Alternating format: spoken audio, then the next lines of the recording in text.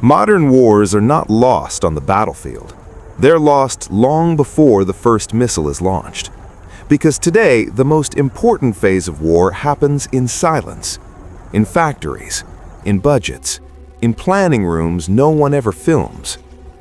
This video is about that invisible phase, the part of modern warfare most people ignore: mobilization. Not how wars start, but how nations prepare to survive them, and why some countries look powerful, yet collapse when pressure lasts longer than expected.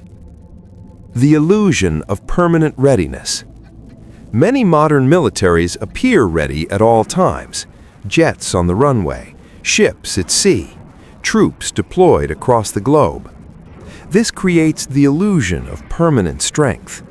But readiness is not infinite, it is consumed. Every flight hour drains maintenance capacity. Every deployment strains personnel. Every exercise burns stockpiles. Readiness is not a state, it is a resource. And in prolonged conflict, resources run out. Mobilization is not instant. Popular imagination treats mobilization as a switch. Flip it.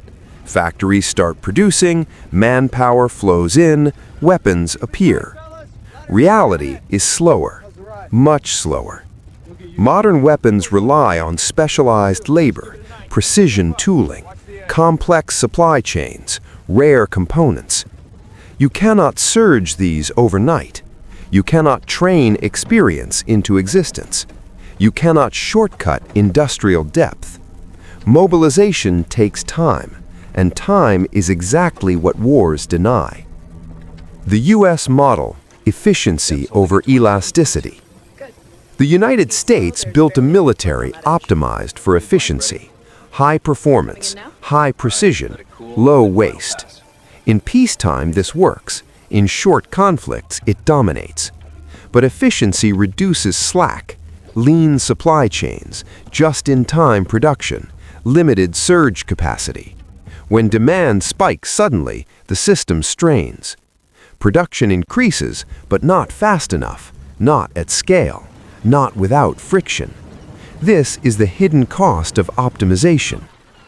China's focus on industrial elasticity. China approached the problem differently. It accepted lower efficiency in exchange for flexibility. Large state-linked industries, excess capacity, redundant production lines, stockpiled materials. In peacetime, this looks wasteful. In prolonged conflict, it becomes leverage. Elastic systems bend, rigid systems break. China's strategy assumes disruption and prepares for it. Why stockpiles matter more than headlines. Wars consume faster than predicted, always. Ammunition, spare parts, fuel, electronics. Stockpiles are boring. They do not impress. They do not trend. But wars are not won by what looks impressive. They are won by what keeps working on day 300. When stockpiles run low, choices become desperate, and desperation accelerates collapse. The workforce problem no one talks about. Weapons do not build themselves. They require people, skilled people. Engineers, technicians, machinists, logistics planners.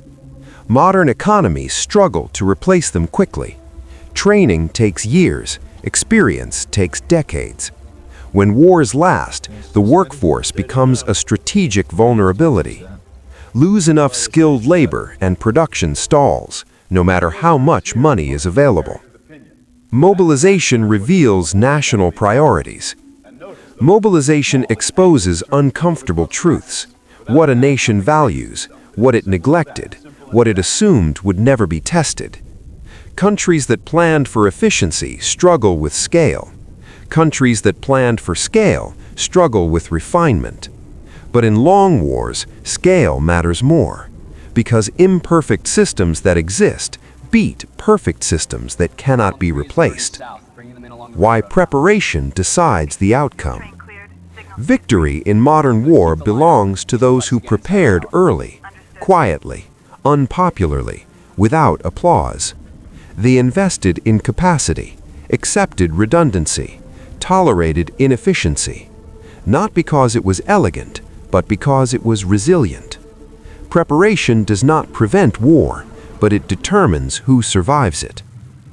The real question behind every modern conflict: when the headlines fade, when the initial shock passes, when momentum slows, one question remains: who can keep going? Not for weeks, not for months, but for years. Because modern wars are not decided by how they begin. They're decided by who planned for the part everyone hoped would never happen.